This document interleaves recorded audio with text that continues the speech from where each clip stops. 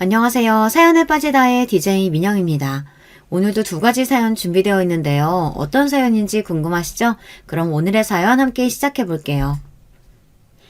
안녕하세요. 저는 어릴 때부터 부유했던 적이 없습니다. 솔직히 말하면 우리 집은 우리나라에서도 정말 못 사는 축이었던 것 같아요. 항상 가난 속에서 커온 아이, 그게 저였어요. 전 그림 그리는 일이 참 좋았어요. 학교 다닐 적에 미술 선생님께 넌 참 그림을 잘 그리는구나 이렇게 종종 칭찬도 받았습니다. 돈이 없어서 비싼 붓이나 유화 물감 같은 것은 꿈도 꾸지 못했지만 연필만 있어도 제가 그리고 싶은 것을 마음껏 그릴 수 있으니 좋았던 것 같아요. 그런데 제가 늘 그리는 것이 있었습니다. 초록 잔디가 널따랗게 있는 마당 있는 집, 그 마당을 둘러싸고 있는 예쁜 꽃덤불과 나무들, 그리고 파란색 커다란 대문, 그 안에 있는 하얀색 2층 집. 우리 집은 늘 시장통에 있는 상가와 붙어있는 2칸짜리 방이 전부인 그런 집이었거든요. 엎드려서 스케치북에 제가 살고 싶은 집을 그리다 보면 너무너무 행복했습니다. 하지만 그렇게 꿈꾸던 일이 정말 저에게도 찾아온 거 있죠. 여러분께 제 이야기를 조금씩 풀어가 보려고 합니다.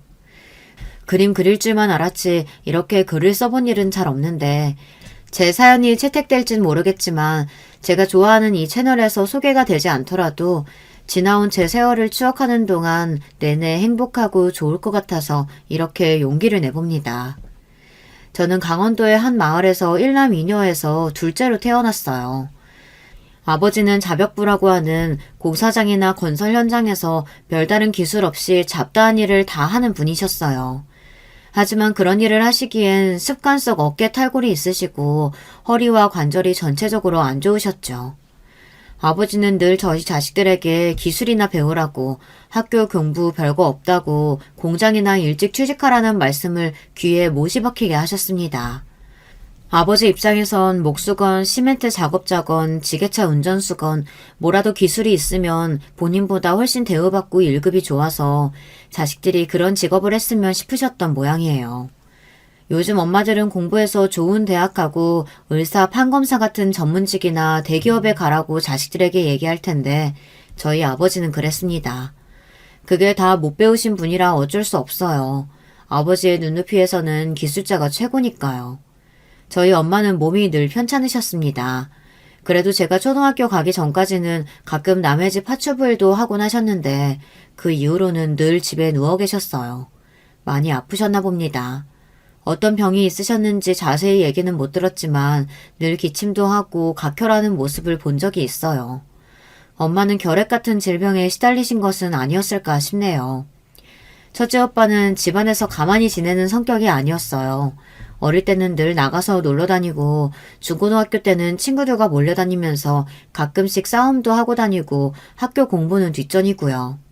아버지의 성화 탓에 공고를 졸업하고 어떤 공장에 바로 취업했어요.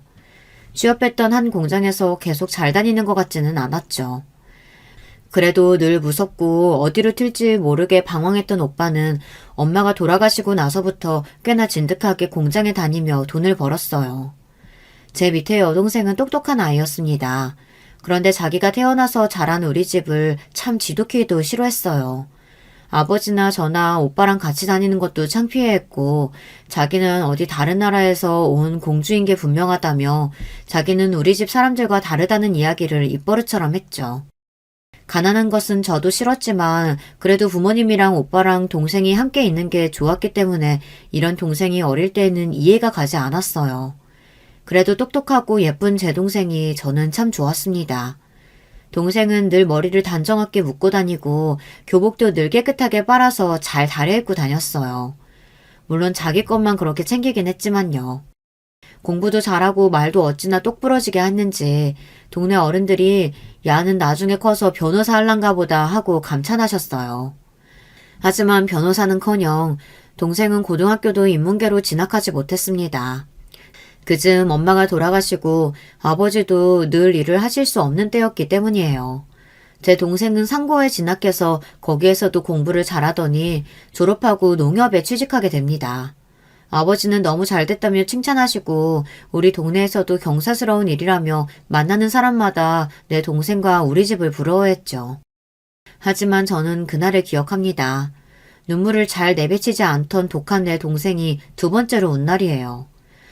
첫 번째는 상고로 진학하기를 결정하던 때였고요. 언니, 나 대학에 가고 싶었어. 정말 대학생이 되고 싶었단 말이야. 은행 직원 말고. 저는 사실 내가 농협에 가면 너무 좋을 것 같아서 그런 동생이 이해가 잘 되지 않았지만 제 여동생은 능력도 많고 또 꿈도 컸던 모양입니다. 그리고 저는 평범한 여자애였습니다. 집이 가난한 것이 힘들고 싫었지만 그래도 해맑게 잘 자랐어요. 사고뭉치 오빠와 똑똑한 막내 사이에 껴서 다들 저한테 별 관심도 기대도 없었죠. 제가 머리가 좋은 것도 아니고 예쁘게 생긴 것도 아니고 그저 저는 사람을 좋아하고 잘 웃는 착한 아이였습니다. 엄마는 아프시고 아버지는 주로 밖에 계시니 집에서 해야 할 집안일은 온통 제 차지였어요. 저는 솜씨가 좋아서 이미 어릴 때부터 엄마 따라 빨래도 하고 집안 청소도 하고 설거지며 다림질까지 한 사람의 몫을 통톡히 했습니다. 그럴 때마다 엄마는 제 머리를 쓰다듬어 주시고는 우리 진양이 손이 참 야무져요. 너는 잘 살 거야. 좋은 데 시집가서 남편이랑 시부모한테 사랑받으며 살아. 이렇게 열심히 일하고 착하니까 그럴 테지. 엄마는 홀어머니 밑에서 자라서 아버지를 만나 아주 일찍, 그러니까 갓 20을 넘겼을까요? 그때 결혼해서 우리 오빠를 낳았다고 해요. 그때는 손매무새가 야무지지 못해서 음식도 무슨 맛인지 모르고 만드시고 조금만 집안일을 많이 하셔도 숨차고 어지럽다고 하셨어요. 엄마와 달리 요만한 애가 찌개도 제법 맛나게 끓이질 않나, 빨래도 얼룩 싹싹 지워서 하얗게 빨아대질 않나, 여간 솜씨가 좋은 것이 아니었죠. 이런 걸 보면 제 식모살이는 타고난 운명이었나 봅니다. 내가 이런 집안일이나 할 줄 알아. 라며 집안일을 질색하며 공부만 해댔던 동생과 달리 전 집안일이 좋았어요. 제가 공부를 잘하는 것도 아니고 그림을 잘 그리는 것도 아니고 우리 오빠처럼 뜀박질을 쏜살같이 하는 것도 아니었죠. 집안일을 잘하면 엄마가 칭찬도 해주고 아버지나 식구들이 절 인정해주는 것 같았어요. 그리고 내가 만든 음식 우리 가족이 맛있게 먹고 좋아하는 모습을 보면 그렇게 뿌듯할 수가 없었죠. 하지만 행복했던 우리 가족은 하루아침에 쑥대밭이 되었습니다. 아프시던 엄마가 그만 세상을 떠나신 거예요. 그 이후 아버지는 웃음을 잃고 맨날 방구석에서 소주나 마셔댔습니다. 엄마 살아생전에는 사람이 약해서 어디다 쓰겠냐며 구박해대시더니 막상 엄마가 돌아가시니까 견디기 힘들었던 것 같습니다. 아버지가 일도 안 하니 없는 집에 쓸 돈은 더욱 없어지고 사글세가 밀린다며 맨날 집주인이 와서 소리소리치고 집을 들쑤셨어요. 오빠는 맨날 밖으로 나가 다니며 집에 안 오고 저 혼자 집주인 할머니께 죄송하다며 허리를 굽혀대야 했습니다. 그렇게 어려운 날들 속에서 정말 하늘도 무심하죠. 아버지가 하루아침에 불구의 몸이 되어 있는 게 아니겠어요. 전날 밤 고주망태로 동네에 술을 사러 돌아다니다가 발을 헛디뎌 하천 밑으로 굴러 떨어지신 거예요. 그날은 장대비가 억수로 내리는 날이었습니다. 그래서 오가는 사람들도 별로 없고 빗소리에 아버지의 비명소리도 도와달라는 외침도 묻혀버린 거죠. 아버지는 다음날 아침이 돼서야 하천 및 갈대 속에서 겨우 기어나오셨지만 다리를 못쓰게 되어버렸습니다. 일용직하는 아버지가 다리까지 성치 못하게 되니 우리 삼남매는 앞으로 살 길이 막막했습니다. 그래도 공장에 취업해서 다니고 있는 오빠가 있었지만 성실하게 저희를 모두 다 건사하기에는 봉급도 빠듯하고 또 저희 오빠가 그런 위인까지는 못 되었던 거죠. 이제 집에 돈이 한 푼도 없으니 저는 고등학교 2학년이지만 졸업도 못하고 그만둘 처지였어요. 전부터 집에 자주 놀러오시는 우리 옆 동네 사는 엄마의 친한 이모가 계셨어요. 그 이모가 저희 자매를 참 예뻐하셨고 어머니가 돌아가신 뒤에도 도움이 필요하면 언제든지 나를 찾아오라며 손을 꼭 쥐고 말씀해 주신 따뜻한 분이었습니다. 어릴 때 얼핏 듣기로는 이모는 아이를 갖지 못하는 몸이었던 것 같아요. 그래서인지 이모는 늘 저와 여동생에게 잘해주시고 또 우리도 병원에서 간호사를 하는 이모가 너무 부럽고 좋았더랬죠. 언니가 늘 저에게 부탁했어요. 언니가 무슨 일이 생기거든 진양이, 진숙이 얘들이 고등학교까지는 졸업할 수 있게 도와달라고요. 요즘은 학교 다닐 때 무상교육이라면서요. 하지만 우리 때는 아니었습니다. 학교에 내는 육성회비가 저희처럼 없는 집에는 너무 큰 부담이었죠. 그때 이모가 나타나서 저희를 구해주신 거예요. 너무나 정말 고마운 이모. 저는 지금까지도 이모를 내 엄마처럼 따르고 지내고 있답니다. 그렇게 이모 덕에 저는 고등학교를 마치고 이모를 따라서 간호조무사를 하고 싶었습니다. 새하얀 병원에서 일하는 간호사는 저에게 늘 선망의 대상이었어요. 또 제가 간호사 일을 하며 돈을 벌면 제 동생 대학교도 보내줄 수 있지 않겠어요. 버스로 1시간 거리에 이모가 추천해주신 동네 의원에서 저는 간호일을 배울 수 있게 되었습니다. 낮에는 병원 간호사 언니 밑에서 병원 청소나 약품 등 정리하는 일 같은 허드렛 일 위주로 하며 일을 익혔고, 야간에는 간호조무사 자격증을 따기 위해 학원을 다녔습니다. 각종 양품이랑 병원 도구 등 외우고 익혀야 할 것이 정말 많았습니다. 사람을 살리는 중요한 일인데 어떻게 허투루 하겠어요. 저는 공장 월급의 반도 안 되는 봉급을 받으며 간호사 언니한테 매일 혼나가면서도 병원에서 일할 수 있다는 사실만으로도 행복했습니다.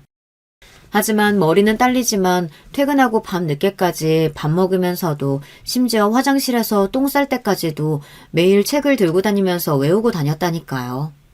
이렇게 열심히 살며 간호사가 되겠다는 꿈에 부풀어 있던 저에게 청천벽력 같은 일이 그만 생기고 맙니다.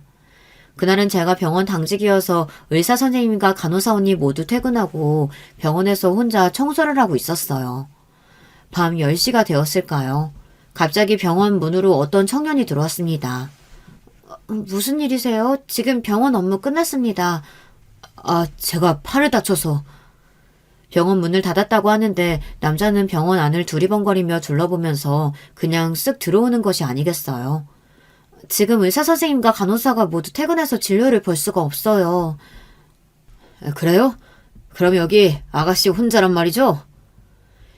그때 희번뜩거리는 남자의 눈빛에 저는 온몸에 소름이 쫙 돋았습니다. 그렇게 저는 그 남자에게 병원에서 몹쓸 일을 당하고 말았습니다. 이제 막 20살인 저는 제대로 된 사랑도 해보지 못하고 이렇게 짐승같이 모르는 남자에게 말도 안 되는 일을 당한 전 너무 무섭고 슬픈 마음에 집 밖으로 한 발자국도 나올 수가 없었어요. 이모는 제가 근무하던 병원에서 제가 무단으로 결근한 지 며칠째라는 연락을 받고 집으로 급히 찾아왔습니다. 진양아, 어떻게 된 일이야? 아니, 네 꼴이 왜 이런 거야? 이모, 나 이제 못 살아요. 나 어떡해요? 험한 꼴을 당했던 제 이야기를 듣고 이모는 그 자리에서 벌떡 일어나서 나가셨습니다. 이모는 우리 오빠에게 이 이야기를 했고 둘이 그 못된 놈을 찾아 나섰다고 합니다. 몇 시간 뒤에 저에게 몹쓸 짓을 한 그 놈을 끌고 와 오빠와 이모가 집을 들어왔습니다. 그 놈은 집에 들어오기 전에 이미 우리 오빠에게 이곳저곳 엄청 두들겨 맞은 모양이었어요. 이 새끼야? 이 새끼가 너한테 그런 짓 한 거 맞아? 저는 다시 본 그 남자의 얼굴도 제대로 볼 수 없어 눈길만 흘끌거리며 겨우 고개를 끄덕였습니다. 오빠는 다시 그놈의 배를 주먹으로 퍽퍽 2대를 쳤습니다.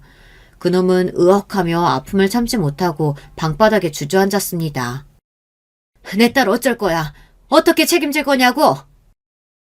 요즘 분들은 믿기지 않으시겠지만 옛날에 여자가 그런 일을 당하면 경찰에 가서 신고하는 일은 흔하지 않았어요.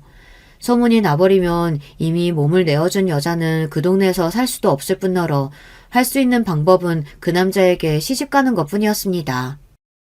그놈은 사실 병원에서 일하는 제가 좋았더라며 자기가 데리고 살겠다고 그 자리에서 약속했습니다. 그렇게 저는 번개불에 콩 구워 먹듯 결혼식이 뭔가요. 그저 다음날부터 그 남자의 집에 들어가서 살게 되었습니다. 20살에 제 꿈도 접고 연애도 못 돼본 채 이렇게 팔려오듯 그 남자에게 시집온 저는 매일 답답한 마음에 눈물을 흘렸습니다. 그러던 얼마 뒤 이모는 원양금침 이불 한 채를 해서 집에 찾아오셨어요. 진양아, 내가 너 간호사 되고 좋은 남자 소개시켜주고 시집 보내주려고 했는데 미안하다. 내가 그 병원 소개만 시켜주지 않았어도 네 그런 꼴 안 당했을 텐데. 이모가 네 시집 갈 때 꼭 이 원양금침 해주고 싶었어. 이모는 계속 저를 끌어안고 불쌍한 것 그렇게 저를 위로해 주셨습니다. 전 그런 이모 덕에 죽고만 싶었던 마음을 접고 잘 살아봐야겠다고 마음을 먹었죠. 저를 덮쳤던 그 남자, 아니 이제 제 남편은요. 근처 공장에서 오가다가 병원에서 있는 저를 보고 참 예뻐서 마음속에 품고 있다가 술김에 그랬다며 저에게 사과했습니다. 그리고 이렇게 된 마당에 같이 잘 살아보자며 자기가 행복하게 해주겠다며 큰 소리를 뻥뻥 쳤습니다. 하지만 어이없게도 남편이 했던 약속은 조금도 지켜지지 않았습니다. 모진 제 인생에서 남편 복을 바라는 것은 무리였던 걸까요? 남편은 퇴근하고 돌아오서는 자기 없는 사이에 제가 다른 남정네랑 살을 붙대고 된 거 아니냐며 의심을 하는 거예요. 탤런트 유지인처럼 예쁜 것도 아닌 제가 무슨 재주로 매일 다른 남정들을 만난다고 말입니까? 정말 저를 힘들게 하는 것은 밤마다 잠자리를 그것도 몇 번이나 하게 만든다는 겁니다. 저는 남편에게 당한 그 첫 경험으로 잠자리가 너무 무섭고 싫었습니다. 몸에 벌레가 기어다니는 느낌이었어요. 이제는 지나가는 남자들만 봐도 가슴이 쿵쾅거려 빠른 걸음으로 지나가는 신세가 되었죠. 저는 집이 감옥과 같았고 남편이 무섭기만 했습니다. 도무지 정이 붙지를 않았어요. 그날도 퇴근하고 돌아온 남편은 또 저를 손찌검해가며 외출은 했는지 다른 논팽이랑 뭘 한 거냐며 되도 않는 소리를 짓거리며 저를 덮치더니 2번이나 그 짓을 하고는 골아떨어져 자고 있었습니다. 이놈은 남편이 아니라 그저 지 성욕만 채우고 싶어하는 짐승이었어요. 여기서 벗어날 방법은 문간에 목을 매달아야 하나 하는 몹쓸 마음까지 먹었습니다. 저는 이러다가는 제 손으로 목숨을 끊게 될까봐 결국 야반도주를 하였습니다. 갖고 있는 돈 몇만 원과 옷까지 한 벌만 들고 그대로 달렸습니다. 버스가 다닐 시간도 아니었기 때문에 그저 걷고 뛰어서 도망치는 수밖에 없었어요. 그렇게 죽을 힘을 다해 뛰어서 집에서 버스 9정거장쯤 왔을 때인지 새벽 첫 버스가 오고 있었습니다. 버스의 종점은 시외 버스 터미널이었어요. 저는 고향을 떠나 다른 곳을 가본 적이 없었기 때문에 무작정 가장 빨리 출발하는 버스를 잡아탔습니다. 그 버스는 춘천행이었고 그렇게 저는 춘천에서 살기로 했습니다. 간호일도 배우다 말았고 고등학교도 가 졸업한 제가 먹고 살 방법은 생각나지 않았기 때문에 할 수 있는 것은 파출부일 뿐이었어요. 저는 그 일이 싫지도 않았고 오히려 제가 잘하는 일이었기 때문에 별로 고민하지 않고 집에서 숙식이 가능한 입주 팔출부 일을 구하게 되었습니다. 처음 지내게 됐던 집은 부부와 아이들 둘 그리고 연로하신 할아버지 이렇게 5 식구가 사는 아파트였습니다. 저는 아파트에 들어서고 눈이 휘둥그레졌어요. 2칸짜리 방에 살다가 화장실만 2칸에 방이 4칸이나 되는 아파트에 오니 이건 뭐 입이 떡 벌어지더란 말이죠. 부엌 식탁에서 밥을 먹고 거실 소파에 앉아있는 제가 드라마에서 보던 그 아파트에 들어온 것만 같았습니다. 너무 크고 깨끗한 아파트에 오니 저는 잔뜩 주눅이 들어 집안에서 까치발로 조심스럽게 걷게 되는 거 있죠. 다행히 주인 아주머니는 좋은 분 같아 보였어요. 이제 막 학생티 벗은 어린애 같은데 어쩌다가 남의 집 일을 하게 됐노. 우리 부부가 여기 옆에 해물탕 가게를 해서 바빠요. 진영씨가 우리 애들 밥도 좀 챙겨주고 누워 계신 할아버지도 챙겨드리고 잘할 수 있지? 전 사실 잘 곳도 없는 신세였기 때문에 이렇게 좋은 집에 머물 수 있는 것만으로도 감사했는데 주인 아주머니가 무섭지 않고 좋으니 살 것만 같았어요. 어릴 적부터 5 식구 살림을 도맡아 하던 저였어요. 아저씨 아줌마는 거의 가게 일로 집에서는 잠만 주무시고 국민학생인 형제 아이들은 학교 다녀와서 밥 차려주고 빨래해주면 그러면 됐습니다. 청소하고 빨래하고 그런 집안일을 생각보다 잘 해냈는지 아주머니가 가끔 퇴근할 때 해물탕이랑 부침개 같은 것을 싸우시곤 저를 먹으라고 주셨어요. 우리 집 애기들은 잘 먹지도 않는다며 잘 먹고 살림도 잘하는 제가 이쁘다고 해주셨습니다. 저는 우리 돌아가신 엄마랑 고향에 있는 이모 생각에 눈물이 났어요. 이제 엄마는 못 보지만 이모는 볼 수 있는데 제가 이렇게 떠나오고 저를 얼마나 찾고 그리워하실지 그리움에 밤에는 울곤 했지만 그래도 저를 잘 대해주시는 주인 댁과 내 평생 처음 보는 좋은 아파트에서 사니까 나름대로 살만했어요. 저도 이렇게 월급을 열심히 모으다 보면 언젠가는 작은 아파트를 가질 수 있겠죠. 그리고 제 동생을 데려와서 같이 살 수 있을 거라는 희망을 갖게 되었습니다. 그러던 어느 날 저는 생각지도 못한 더러운 꼴을 당하게 됩니다. 집에 누워 계시던 할아버지가 화근이었어요. 풍이 와서 거동이 불편하신 할아버지를 저는 잘 보살펴드렸어요. 누워 계신 분이라 욕창이 올까봐 하루에 몇 번씩 몸을 수건으로 닦아드리곤 했죠. 그날도 점심을 잡숫고 나서 물수건을 갖고 할아버지 팔을 닦아드리고 있는데 할아버지가 갑자기 저를 껴안으시는 겁니다. 예쁜 가지나야, 자식도 다 필요 없고 니랑 살면 안 되겠나? 나 돈 많다. 이렇게 제 귀에 속삭이고는 더듬더듬 손으로 제 가슴을 찾는 게 아니겠어요. 소스라치게 놀란 저는 할아버지를 밀쳐버리고 집에서 도망치듯 나왔습니다. 제 신세는 왜 이러는 걸까요? 짐승 같은 남편에게서 도망쳐 남의 집살이를 하고 있는데 이젠 우리 아버지보다 나이가 많은 할아버지에게 해서는 안 될 일을 당하다니. 저는 할아버지가 있는 그 좋은 아파트가 이제 싫어졌습니다.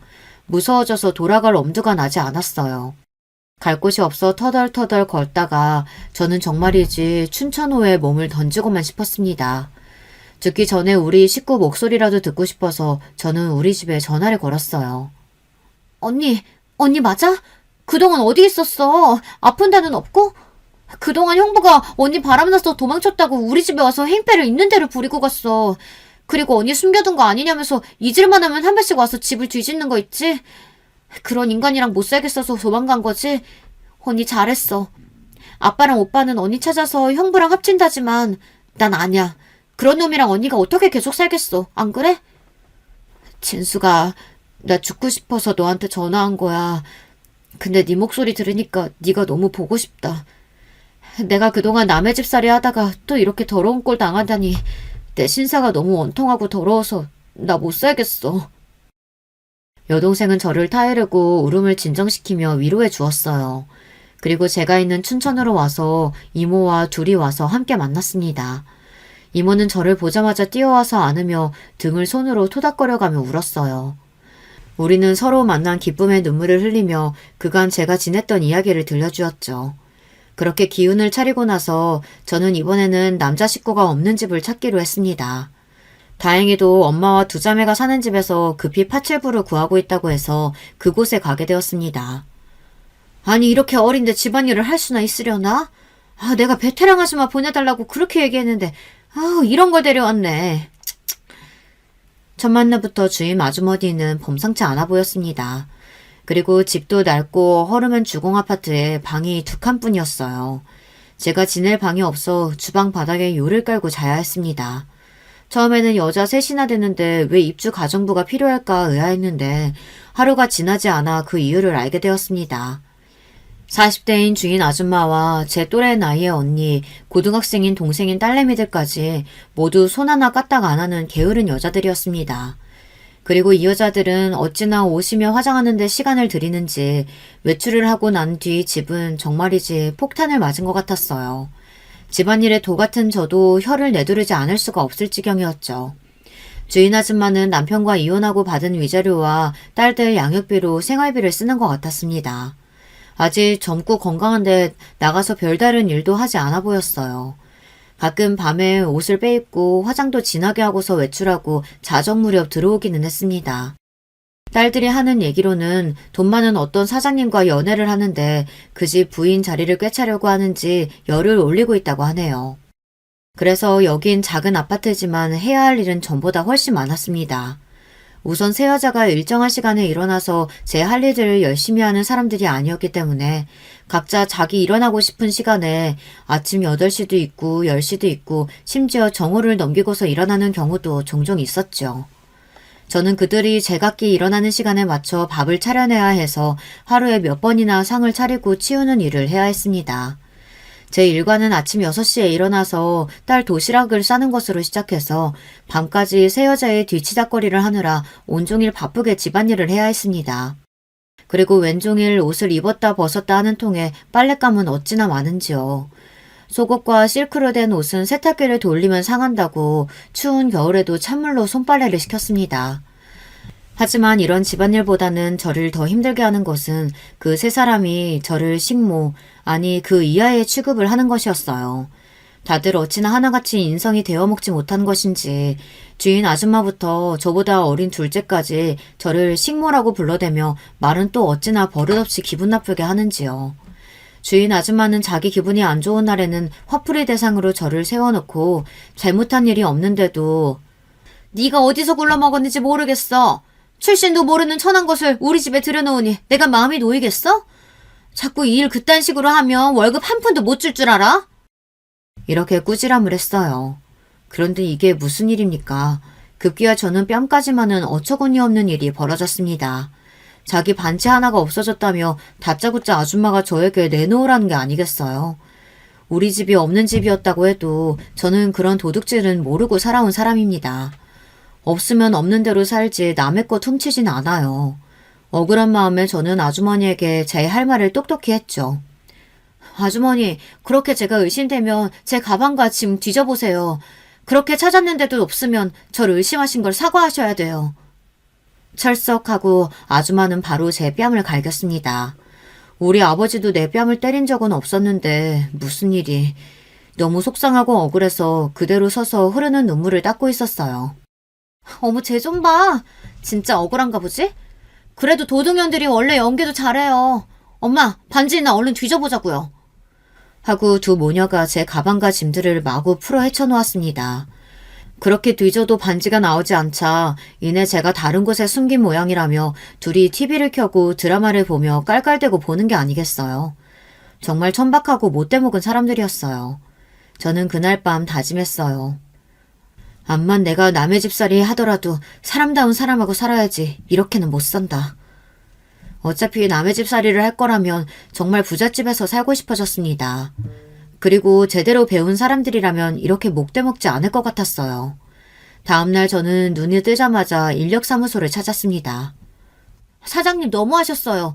저를 그런 집 식모 자리에 보내시는 법이 어디 있나요? 참 난처하네. 미안하네 아가씨. 하도 아가씨가 급히 갈 데가 필요하다고 해서 남은 자리가 그 집뿐이라 그랬어. 그 집 아줌마가 많이 힘들게 했나? 얼굴 보니 대충 사정 나야겠네. 대신 내가 이번엔 좋은 집으로 소개시켜 줄게요. 사장님 정말로 미안하시다면 저 부잣집, 최고로 교육 잘 받은 사람들 사는 진짜 부잣집으로 보내주셔요. 사장님은 난처해 하셨습니다.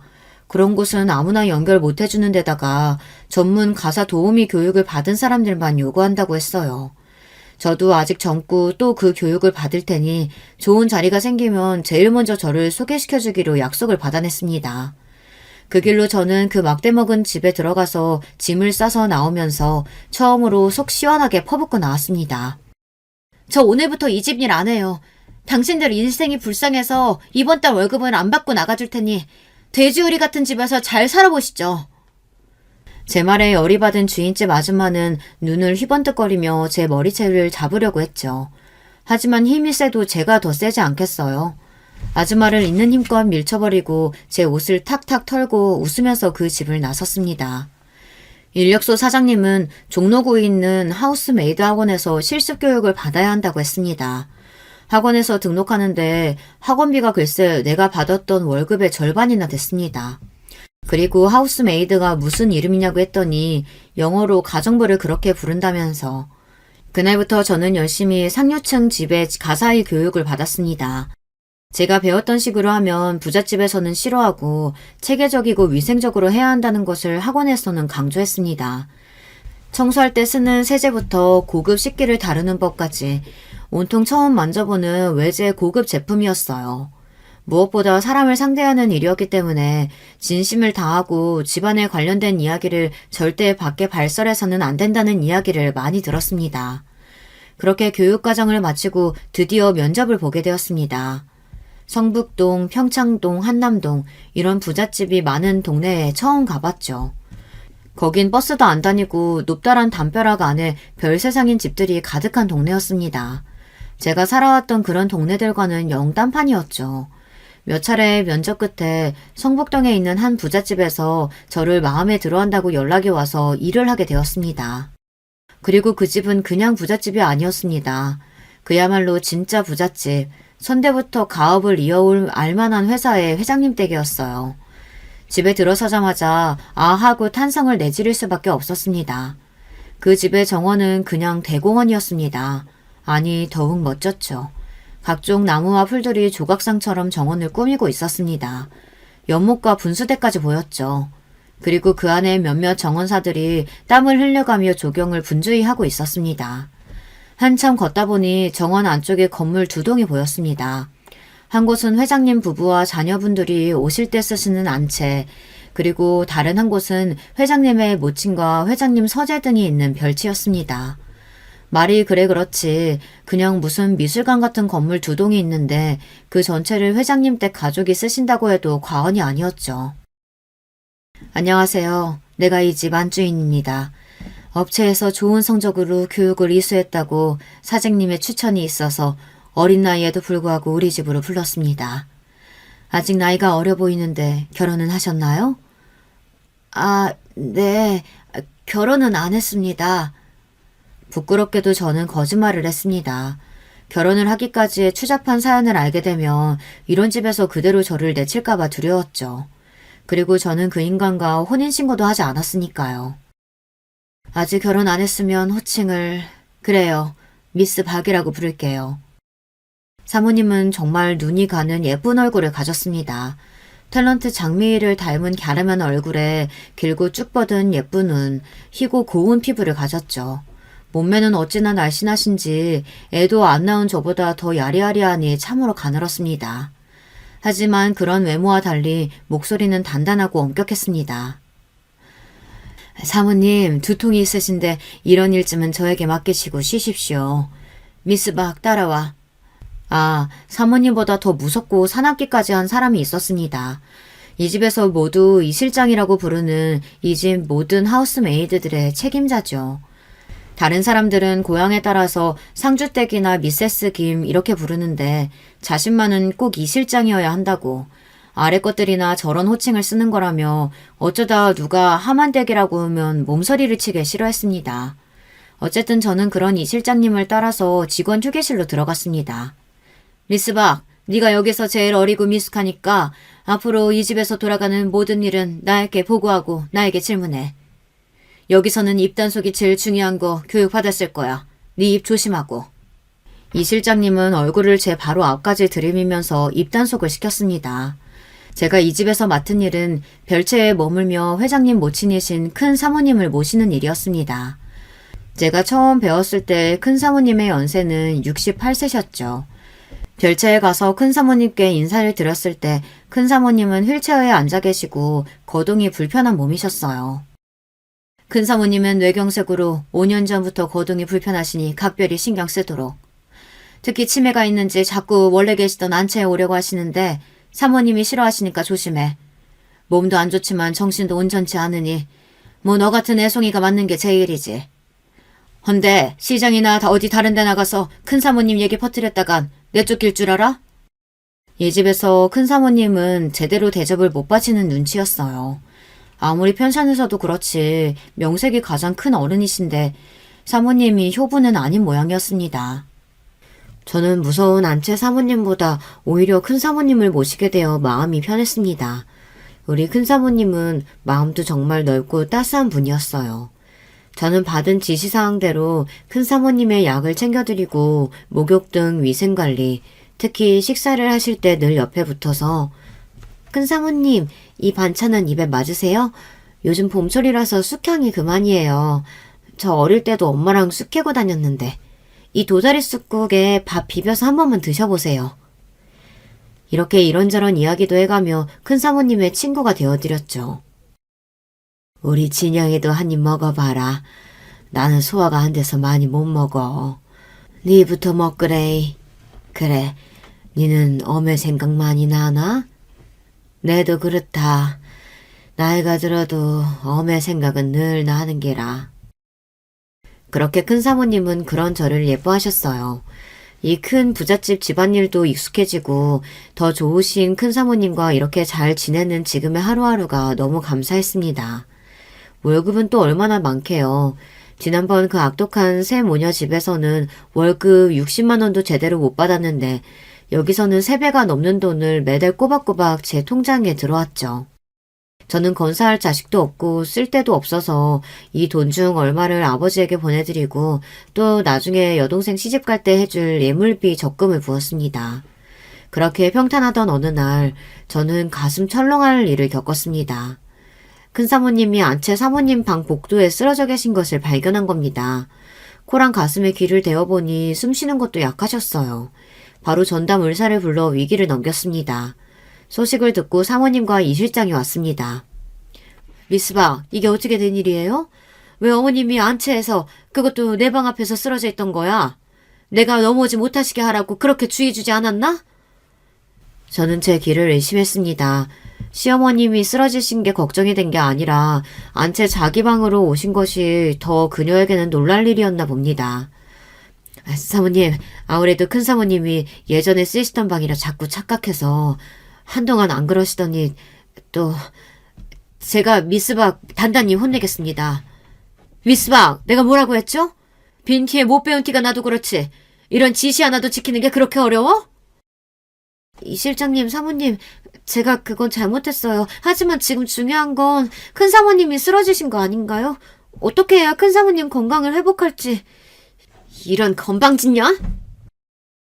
그때 제 눈앞에 별이 보였습니다.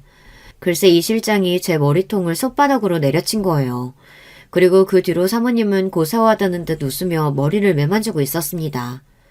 이게 뭐 하는 겁니까? 어머님 앞에서. 그때 회장님이 방으로 갑자기 들어오셨어요.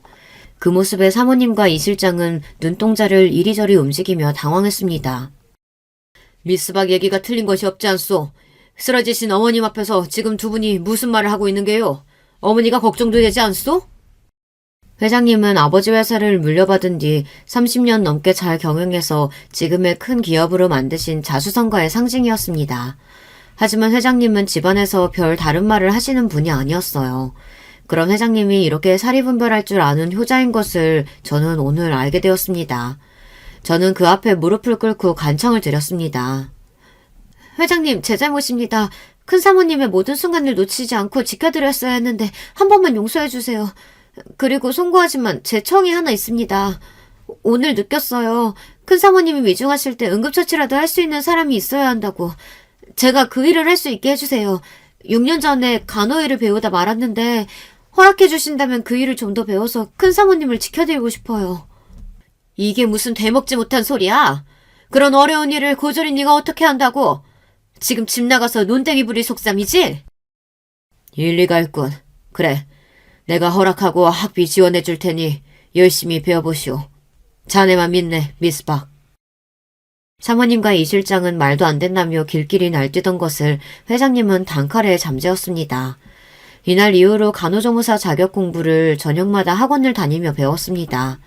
그렇게 3년 만에 간호조무사 자격증을 따게 되었어요. 큰사모님이 매일 맞으시는 당뇨주사와 간단한 메디컬 체크 등은 제가 할 수 있게 되었어요. 지난번처럼 갑작스러운 일이 생겼을 때도 제가 응급처치를 할 수 있으니 이제 안심이었습니다. 제가 이러는 동안 사모님과 이 실장은 왜인지 저를 더 싫어하고 못마땅해했죠. 같이 일하는 청주댁 얘기로는 이 실장은 젊고 능력도 인정받는 제가 자기 자리를 깨찰까 두려운 눈치라고 합니다. 그리고 사모님은 사실 후처였어요. 본처인 사모님이 돌아가신 후 회사끼리 합병하면서 그 회사 회장 딸이라 여기에 시집오게 되었다고 합니다. 아나무인의 성격에 큰사모님이 건강하실 때에도 며느리 노릇을 하지 않았다고 해요. 큰사모님이 뇌경색으로 쓰러지시고 거둥이 불편하게 되셨는데 그런 과정에서 회장님 사이가 틀어져서 더욱 큰사모님을 미워하고 없이 여겼다고 합니다. 정말 나쁜 여자죠. 안주인인 자기 말에 벌벌 기고 눈치 봐야 하는데 우직하게 큰사모님만 챙기니 제가 더욱 미웠던 거겠죠. 거기에 회장님이 은근히 저를 믿고 챙기시는 기색을 보이니 이제 단단히 미움을 사게 되었습니다. 그러던 와중에 저는 정말 위험천만한 일이 생기고 말았습니다. 어느 날 밤 대문 보안실에서 행패 부리는 취객이 있다고 신고가 전해왔습니다. 그 남자는 이 집에서 일한다는 마누라 박진양을 찾으러 왔다고 소리를 지르며 난동을 벌인다는 것입니다. 사모님에게 미혼이라고 이야기했는데 이를 어쩌면 좋단 말이죠. 이 일로 사모님과 이 실장은 거짓말하는 저를 그냥 둘 수는 없다며 당장 이 집에서 나가라며 쫓아냈습니다. 하지만 회장님께서는 이럴 저를 구해주셨습니다. 어차피 어머님 모시는데 처녀가 필요했던 것은 아니지 않소. 호작상 미혼이니 미스박이 거짓말한 것도 없는 것 같은데. 라며 큰 사모님 모시는 일에 더욱 전념할 것을 저에게 지시했습니다. 이 말을 들은 사모님은 제 뜻대로 되지 않자 위스키를 마시며 담배를 피워댔습니다. 호 회장님의 호의는 여기에서 끝이 아니었습니다. 나중에 들은 이야기로는 전 남편을 비서실장이 따로 만나 돈 2천만 원을 주며 저와 인연을 끊고 살라고 엄포를 놓았다고 합니다. 다시 찾아온다면 그땐 깜빵에 보내겠다고 협박을 하면서 말이죠. 정말 그 이후로 그 남자를 만나지 않았고 늘 남편이 찾아올까봐 두려웠던 저는 마음을 놓게 되었습니다. 그 이후로 저는 더욱 제 모든 힘을 다해 큰 사모님을 모셨고 그 지나간 세월만큼 까맣던 제 머리는 흰머리가 내려앉았습니다. 제가 이 집에 온 지도 어느덧 20년이 다 되었고 이제 중년을 훌쩍 넘긴 나이가 되었죠. 이제 저의 행복한 삶도 끝나게 되었어요. 제가 그토록 존경하고 사랑한 큰 사모님이 돌아가신 거예요. 그러고 보니 큰 사모님이 가시기 전날 밤에 당신 이부자리를 살펴드리던 저에게 조용히 말씀하셨죠. 진양아, 내 딸보다 귀한 진양아. 그동안 네가 나 때문에 참 고생이 많았구나. 젊고 푸릇하던 네가 이제 이렇게 나이가 들었으니 내가 너무 미안하구나. 내 손발이 되어줘서 고마웠다. 네 덕에 나는 참 행복했구나. 그 말씀에 감격해서 눈물이 나올 것 같은 것을 겨우 참고 큰 사모님이 잠이 드실 때까지 가슴을 토닥이며 자장가를 불러드렸습니다. 그런데 다음날 아침에 그 곤히 자고 계신 모습으로 숨을 쉬지 않고 계신 거예요. 저는 아버지가 돌아가셨을 때보다 엄마가 돌아가셨을 때보다 더 크게 울고 더 깊이 좌절하고 슬퍼했습니다. 크고 화려한 이 감옥 같은 궁궐에서 오로지 제 마음의 안식처는 큰 사모님이셨고 큰 사모님 역시 저를 의지한 우리는 둘도 없는 친구였기 때문이에요. 큰 사모님의 장례식을 치르는 동안에도 저는 온 힘을 다해 편안히 모시고자 했습니다. 아이고, 그렇게 거만 떨더니 이제 끈 떨어진 갓신세 다 됐네? 이 실장은 이런 슬픈 날 뭐가 좋은지 희죽거리고 있었어요. 정말이지 달려들어 눈썹을 뽑아오리고 싶었습니다. 장례식장에서 돌아오자마자 사모님은 저를 불렀습니다. 사모님은 저보고 당장 짐을 싸서 나가라고 했습니다. 사실 저도 큰 사모님이 안 계신 이 집에 더 이상 지내고 싶은 마음이 눈꽃만큼도 없었습니다. 저는 조용히 일어나서 바로 제 짐을 챙기고는 이 집을 나섰습니다.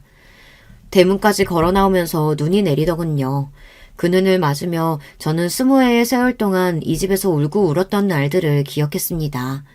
처음에는 으리으리한 이 집이 좋았던 철없던 20대에서 이제 맘둘 곳이 없어 나오니 그 집은 그저 껍데기만 큰 텅 빈 집과 다를 게 없더군요. 공허하고 헛헛한 마음 한편 후련한 느낌도 있었던 것 같아요. 그렇게 나와서 저는 이모 댁으로 향했습니다. 아버지도 돌아가신 저는 이제 친정이라고는 이모밖에 떠올릴 수가 없더군요. 이제 환갑이 넘은 이모는 누구보다 저를 반겨주셨습니다.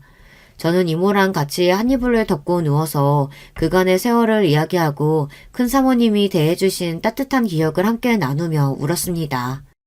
그렇게 저는 큰 사모님을 잃은 슬픔을 이모와 지내며 조금씩 삭히고 있었습니다. 그러던 어느 날이었어요. 제가 회장님 댁을 나오던 날처럼 눈이 펑펑 내리던 아침이었죠. 우리 이모 집 앞에 각이 진 크고 빛나는 승용차가 서 있었습니다. 그 차는 바로 회장님의 차였어요. 회장님은 저를 보시고는 차에 타라고 한마디만 하시고 아무런 말씀 없이 계셨습니다. 어딘가로 가는 차 안에서 회장님과 단둘이 조용히 있으려니 저는 너무 어색했지만 회장님의 뜻이 있으시려니 하고 가만히 앉아 있었어요. 차는 경기도 양평의 한 호숫가에 보이는 시골 마을에 멈춰섰습니다. 회장님이 차에서 내리시는 것을 보고 저도 뒤따라 내렸습니다. 그리고 내려선 제 앞에는 바로 제 그림이 있었습니다. 무슨 말이냐고요? 제가 어린 시절부터 그려왔던 새하얀 2층 집이 눈앞에 있었어요. 마당은 눈을 맞아 새하얗게 되었다는 것이 다를 뿐 늘 마음이 힘들 때면 방바닥에 엎드려서 그려왔던 제 꿈의 집이 바로 그 앞에 있었습니다. 어머님이 생전에 말씀하셨습니다. 우리 미스박이 내 수족처럼 도와주는데 해줄 것이 별로 없다고요. 당신이 돌아가시고 나서도 믹스박이 잘 지낼 수 있게 보살펴달라고 제게 부탁까지 하셨죠.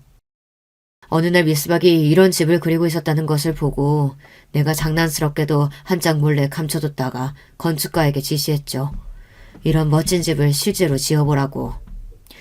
이 집은 당연히 미스박의 집입니다. 그동안 우리 어머니를 자식인 나보다 더 잘 보살펴줘서 정말 고마웠어요. 이렇게 말씀하시고는 회장님은 제 앞에서 눈물을 보이셨습니다. 한 기업의 회장으로 그토록 과묵하고 자신을 맺히지 않으셨던 그분이요. 회장님은 제 손을 잡고 함께 집 안으로 들어가서 하나하나 저의 집을 구경하셨습니다. 필요한 것이 있거나 불편한 곳은 비서실장에게 바로 이야기하라고 말씀하시고는 제게 물으셨습니다. 미스박, 혹시 불편하지 않다면 내가 여기에 가끔 별장처럼 와봐도 되는지. 당연하죠, 회장님. 저와 회장님이 함께 지은 집인걸요. 큰 사모님이 자주 드셨던 따뜻한 보이차 놓고 있을게요. 언제든지 놀러오세요. 저는 그렇게 웃으며 회장님을 보내드렸습니다. 한평생 남의 집살이를 하던 저는 이제 오로지 저만의 집을 청소하고 꾸미며 인생을 즐길 수 있게 되었어요. 한평생 남의 집살이를 하던 저는 오로지 이제 저만의 집을 청소하고 꾸미며 인생을 즐길 수 있게 되었어요. 의리의리하기만 할 뿐 사람이 온기가 없는 그런 회장님의 댁이 아니라 아름다운 호숫가가 보이는 푸른 정원에서 강아지 2마리가 뛰노는 그런 집에서 말이죠. 현재 저는 우리 이모와 텃밭에서 쌈채소와 파와 배추를 심어 수확해가며 정말이지 소소하고 행복한 일상을 지내고 있습니다. 여러분, 제 이야기는 여기까지입니다. 어릴 때부터 찢어지게 가난했지만 열심히 착하게 살다 보니 로또보다 더한 행운이 찾아와서 이렇게 좋은 집에서 살게 되었네요. 힘들고 어려운 일이 있더라도 꼭 좋은 일은 찾아오는 법이니까요. 우리 구독자분들에게도 늘 좋은 행운이 함께 하시기를 바라봅니다. 제 부족한 글을 읽어주신 여러분께 감사드립니다. 여러분, 2번째 사연 시작하기 전에 좋아요, 구독 꼭 눌러주실 거죠? 그럼 2번째 사연 바로 시작합니다. 안녕하세요. 나이를 꽤 먹을 만큼 먹은 여자입니다만 휴대폰으로 유튜브 구경하면서 사연 듣는 나름 세련된 취미를 가지고 있죠. 제 이야기를 용기 내서 꺼내보는 만큼 잘 들어주시면 고맙겠습니다. 요즘엔 결혼들을 워낙 늦게 하는 시대가 되었지만 저 젊을 적에는 그림이 영 딴판이었는데요. 저 역시도 결혼을 일찍 한 편이었어요. 사실은 저와 남편이 교제를 하는 것을 당시 양가에서는 탐탁지 않아 했는데 제 뱃속에 새로운 생명이 들어서는 바람에 홀라당 결혼을 해버렸지 뭐예요. 제가 맹세하고 말씀드리는데 의도한 건 전혀 아니었습니다. 그러니 정말 하늘이 점지해준 귀한 생명이라 여기며 소중한 아기와 함께 결혼 생활을 시작했어요. 저희를 당시 결혼하게 했던 소중한 생명, 저희 첫째는 아들이었어요. 그 후로는 나이 터울 크게 태어난 딸을 저희가 안을 수 있었고요. 그런데 아들 녀석이 저랑 남편을 많이 속상하게 했었네요. 특히나 아들의 사춘기 시절 얼마나 눈물로 밤을 지새웠는지 몰라요. 아들이 엇나가고 반항기가 심했던 건 부모의 역량이 부족했던 영향이 있었을 거라고 저는 생각해서 죄책감도 들었고요. 반항기 강했던 아들은 자기 아버지와 사이가 좋지 않았기에 더 그랬고요. 남편은 나는 저 녀석 포기했다고 선언했을 정도였으니 얼마나 악화된 관계였는진 더 말을 할 필요가 없어요. 저는 아들을 위해 매일 눈물로 기도를 했고 뒤늦게 아들은 정신을 어느 정도 차리고 공부하려고 노력했지만 성적이 잘 나오진 않았어요. 대학을 전문대로 갔고요. 지방에 이름 모를 4년제 대학에 가는 것보단 나름 알아주는 학과가 있다는 전문대를 가는 게 나을 것 같았죠. 아들은 대학 안 나와도 되는 세상이라고 했지만 부모로서 욕심이었을지도 모르겠네요. 이왕이면 아들이 대학이라는 걸 갔으면 했거든요. 엄마인 제가 가방끈이 짧아서 그랬을지도요. 전문대 나오고 군대 다녀오고 그 다음 아들은 또 방황했어요. 정식 취업 준비를 하다가 그만두고 아르바이트를 하길 반복했죠. 그때 아들이 술에 취해서 한 말이 있었어요. 어차피 피똥 싸면서 노력해봤자 아버지 엄마가 일어놓으신 것은 제가 못 미치는 거 아니에요? 그럼 그냥 부모 재산에 기대서 살면 되는 거 아니냐고요. 아이, 남들은 이런 부모 밑에서 태어나는 게 소원일 텐데 난 이미 이뤘으니 다 된 거지. 그때 남편이 아들의 귀싸대기를 한 대 날려버렸죠. 옆에서 저는 깜짝 놀라 입을 틀어막았고 남편은 싸늘한 눈빛으로 아들에게 선언했어요. 널 진작 포기한 지 오래였지만 이 정도로 최악이라는 것에 놀랐어. 너 같은 놈에게 물려줄 재산 따위는 한 푼도 없어. 너에게 줄 바엔 모조리 10원 한 장까지 전부 사회에 환원할 거야. 그러자 아들은 충격을 받아서 술이 깨고 난 다음에도 계속 멍하게 있었고요. 제 마음이 찢어지는 듯 했지만 전 일부러 달래주지 않고 강하게 나갔어요. 남편이 제게 아들을 감싸주지 말라고 엄포를 놓은 탓도 있었고요. 저희 부부는 일찍이 부동산에 눈이 뜨여서 투자까지 성공한 경우였고 그래서 70억 정도의 재산을 보유하고 있었어요. 허나 자식들이 자기 힘으로 사람 구실하며 사는 게 우선이란 게 남편의 오랜 뜻이었죠. 마음을 고쳐먹은 아들은 군대에서 친해졌다는 사람한테 연락해서 다른 지역으로 가더니 공장에 들어갔어요. 거기서 딱 1년 틀어박혀서 일만 하고 돈만 벌더니 사람이 달라져서 나왔고요. 그 후로는 여러 일자리를 알아보며 자기 적성을 찾더니 식당, 카페 같은 가게마다 뭐 적립이라는 걸 하는데 그런 걸 만지고 관리하는 일을 하게 됐습니다. 그때 아들이 그랬는데 머리도 좋고 성실하고 용돈도 아껴 써가며 돈 관리하는 자기 동생을 보고서 스스로가 부끄러웠대요. 아들은 예전에 그 허파에 바람 들어갔던 걸 싹 다 빼냈고 부모님께 인정받는 자랑스러운 아들이 되겠다면서 자기의 목표를 삼았어요. 절대로 저희 부부에게 손 안 벌릴 거라고 맹세를 하더군요. 잘도 그러겠다면서 남편은 코웃음 쳤지만 내심 그런 아들에게 기대를 하고 있다는 걸 전 알았답니다. 아들이 개과천선해서 열심히 살고 딸이 명문대에 입학했을 때 남편의 건강이 악화된 것이었어요. 아무래도 남편에게 이 세상 떠나기 전에 자식이 결혼하는 모습을 보여주고 싶다는 욕심이 들더군요. 아들 또한 자기 아버지를 자기 결혼식장에서 보고 싶어 했고요. 그렇게 당시 아들과 연애하고 있었던 아가씨가 저희 집안에 시집왔고 저는 며느리가 생겼어요. 며느리는 이렇다 저렇다 말을 얹을 게 없는 평범한 집안의 차녀였어요. 인상은 수수했으나 얼굴에 스치는 표정에서는 새침하다는 느낌이 강했죠.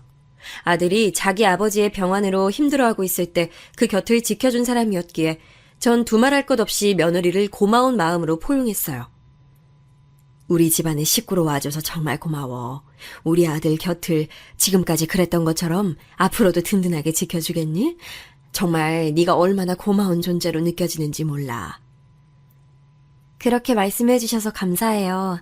연애할 때보다 더 알콩달콩 잘 지내면서 어머님께 좋은 모습 보여드릴게요.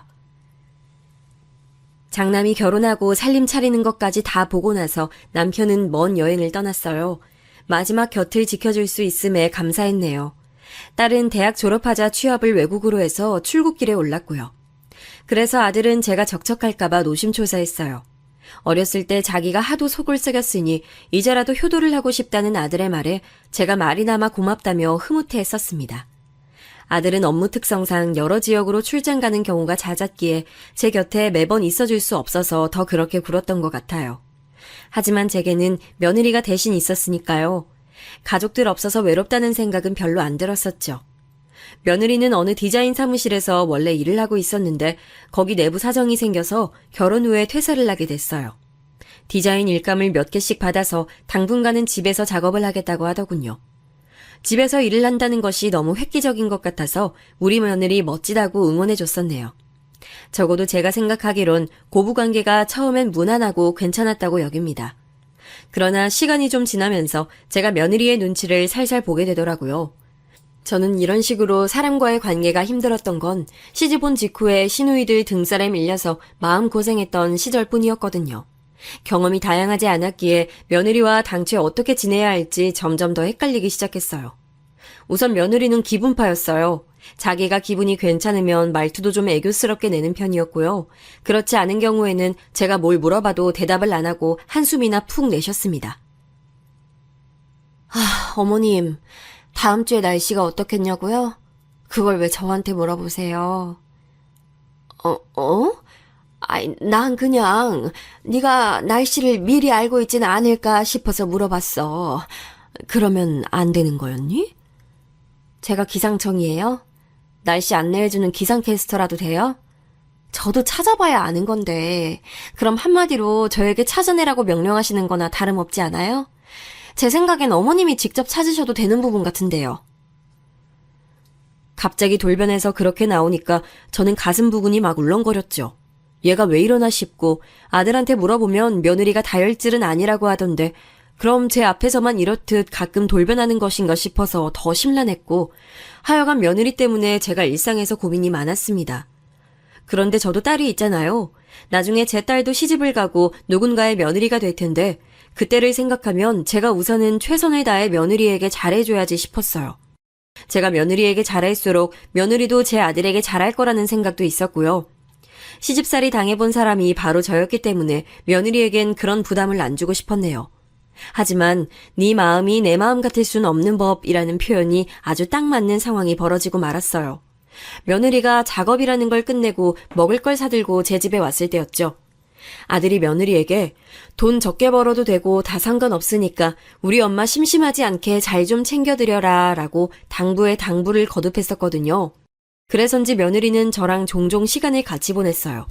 그런데 성격이 워낙 돌발적이라고 해야 하나 가끔 툭 튀어오를 때가 있어서 제가 매사에 눈치를 살피며 상대했던 것이고요. 그날도 그런 일상 중이었는데 텔레비전에서 오랜만에 나오는 옛날 가수가 있길래 제가 반가운 마음에 외치고 말았죠.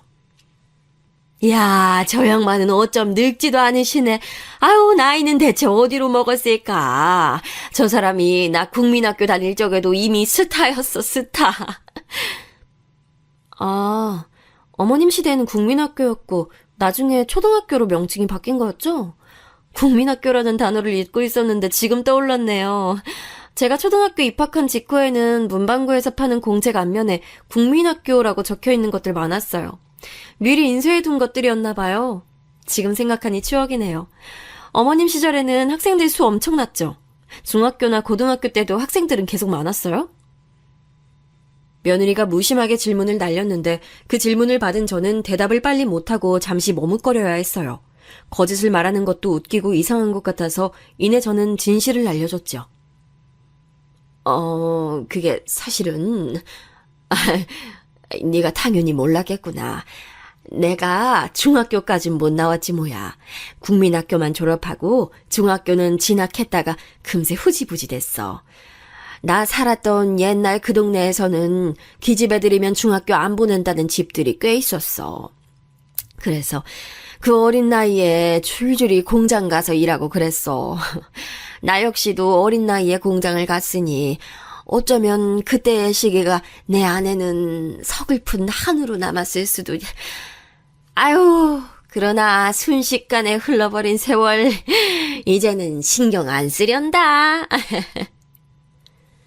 제가 허허 웃으며 말을 해줬더니 듣던 며느리의 표정이 점점 오묘하게 변했어요. 그러더니 자기 시아버지도 그럼 국민학교만 나왔냐고 묻더군요.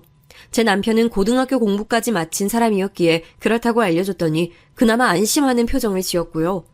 며느리의 그런 태도에 저는 기분이 너무 이상해졌고 왜 그러냐고 조심스레 물었지만 대답은 돌아오지 않았어요.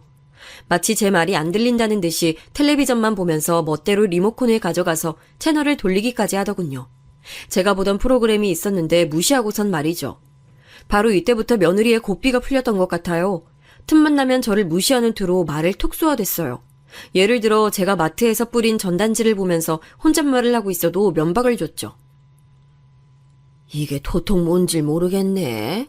카드 할인 혜택에다가 자체 할인 중복이 가능하다는데 아유 그럼 가격이 어떻게 된다는 거야. 예시가 없으니까 확 마음에 와닿지도 않고 아유 세일한다는 홍보를 이런 식으로 적어놓으면 쓰나. 글쎄요. 어머님이 모르신다고 해서 남들도 모를 거라 생각하시면 안 되죠. 웬만하면 채소 고졸 드릴 텐데 국민학교만 딸랑 나오신 어머님보다 다들 낫지 않을까요? 그런 핀잔을 들으면 저는 목구멍이 턱 막히는 감각이었어요. 학력 가지고 사람의 급을 매기는 거냐고 물었더니 마치 당연한 것을 괜히 묻는다는 식으로 며느리는 저를 흘겨봤죠. 며느리는 자기가 4년제 대학을 나왔으니 전문대를 나온 제 아들보다 자기가 더 위라고 했습니다. 자기 부모, 형제들, 일가 친척들 모두 대학을 나왔다면서 고졸도 찾아보기 힘든 게 자기 집안이라며 어깨에 힘을 줬어요. 저는 분란을 회피하는 성격이라 할 수 있고 무조건 며느리에게 잘 맞춰주고 싶은 마음이 있는 사람인데 이런 제 앞에서 자꾸 학력 얘기를 해대니까 저는 화가 나다 못해 뭔가 억울한 기분까지 들더라고요. 너무한 거 아니니? 자꾸 학력이 어떻다 저쩌다 하면서 그런 거 들먹이는데 우리 딸은 우리나라에서 최고로 알아주는 명문대 나와서 지금은 외국까지 나가서 일하고 있어. 네가 주장하는 논리대로라면 우리 딸이 너보다 훨씬 잘난 1등이라는 거지? 아, 저도 그게 신기하긴 해요. 아가씨는 대체 어느 쪽 유전자를 받은 건지. 아니면 상상도 못할 독종일 수도 있죠. 무튼 전 아가씨가 계속 외국에 살았으면 좋겠어요. 국민학교만 나온 모친한테 좋은 영향을 받을 수 없다고 아가씨도 그렇게 생각할걸요? 아가씨는 제가 보기에 돌연변이 같은 거고요. 양가의 가풍 차이만 봐도 저희 집안은 지적 수준도 높고 교양이 넘치는데 어머님도 그렇고 비록 제가 선택해서 결혼한 남자지만 오빠도 그렇고 살짝 경박해 보여요. 이건 스스로 알고 계시죠? 제가 욕을 듣는 것까진 어느 정도 수준으로 참을 순 있어도 자식 건드는 건 넘길 수 없었습니다. 어디 어른 앞에서 말을 그토록 건방지게 할 수 있냐면서 제가 며느리를 따끔하게 혼냈습니다. 너는 내가 네 시엄마고 넌 나의 며느리란 것을 망각할 때가 잦은 것 같다. 이건 뭐 동네 친구 대하는 것도 아니고 어쩜 기본적으로 지켜야 할 예의조차 빼먹고 나를 대해. 너는 네 행태에 대해서 스스로 어떻게 생각하니? 그러자 며느리는 대꾸도 못하고 입술만 삐죽거리더군요. 차마 반박하기 어렵다는 듯이 말이에요. 그런데 끝까지 저를 향해 죄송하다, 잘못했다 이런 말 절대 안 하는 걸 보고 제가 아주 기가 질려버렸어요. 업무 늘려가고 회사를 더욱 성장시킬 중요한 시기를 지나고 있다는 아들에게 시끄러운 소식 전해주고 싶지 않아서 제가 일단 이런 얘기 다 안 전했고요. 며느리가 자기 수 틀리면 말을 아무렇게나 툭툭 던지는 이 버릇, 이것만 조절 잘하면 되지 않을까 저는 그때까지도 그런 생각을 하고 있었던 것 같아요. 2주 넘게 며느리와 아무 연락도 하지 않고 그렇게 지냈고요. 다시 만났을 때 저는 며느리가 태도를 좀 고쳐먹길 바랐어요. 그런데 또 그렇게 굴더군요. 남편이 세상 떠난 직후 원래 집에 있던 중형차는 이웃들한테 판매해서 처리를 했었어요. 저는 운전에 취미가 영 없어서요. 그런데 차가 아예 없으니까 아쉬워서 작은 경차를 살까 싶은 마음이 들더군요. 마트 앞에서 보니까 여자들이 그런 차를 많이 끌고 다니길래 저도 생각이 들어서 며느리에게 한번 의견을 구해봤던 거예요. 네? 이거 혹시 차 사달라고 미리 밑밥 깔아두시는 거 아니죠? 오빠는 무조건 찬성할 것 같아서 일단 제가 너무 싫고요. 그런 의미에서 못 박아둘게요. 절대 못 사드려요. 나는 그냥 작은 경차 내가 몰게 어떨지 그거 물어본 건데 넌 어쩜 그런 말을 하니? 내가 언제 차 사달라고 했니?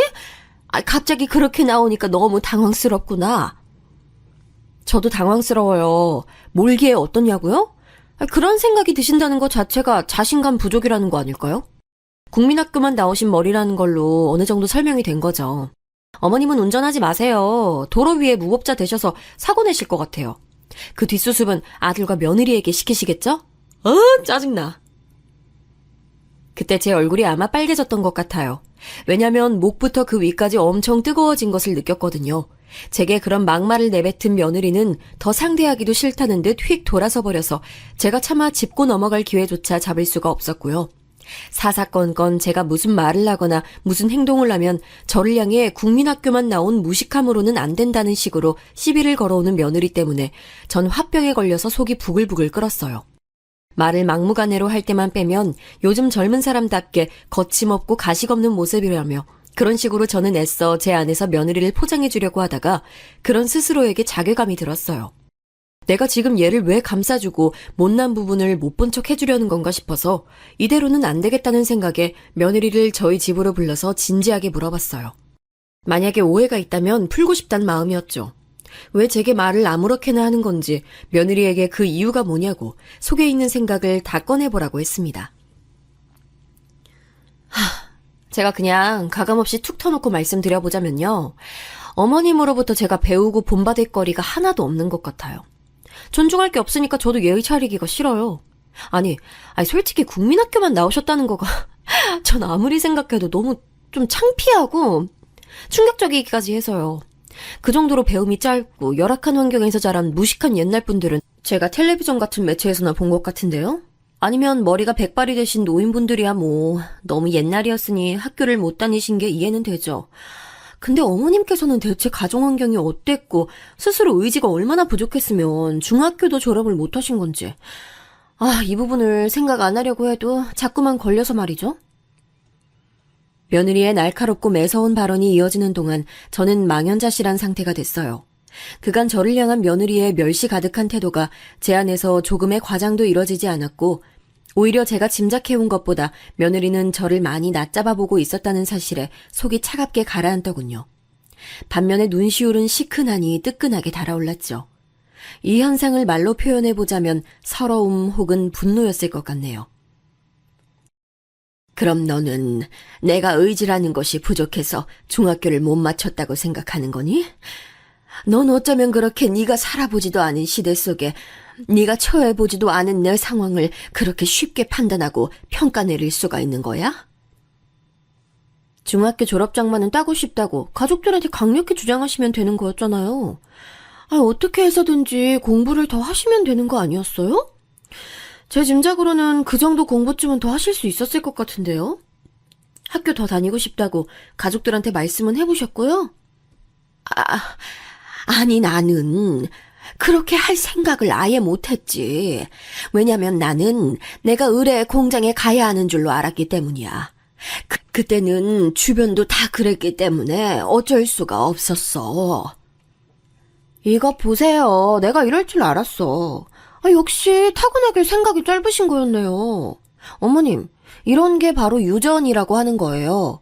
다른 걸 유전이라 하는 게 아니라 저만 봐도 딱 다르잖아요. 저희 집안은 유전적인 특성상 다들 지적인 면모를 지니고 있고요. 학업에 대한 욕구나 열망도 기본적으로 타고났다고 볼 수 있어요. 일가 친척 전부 다 통틀어서 대학 못 나온 경우를 찾아보기가 힘들고요. 이러니 인생 망친 사람이 아무도 없죠. 어머님은 지금 하는 일 하나도 없이 초라하게 이런 재미없는 생활을 하시잖아요.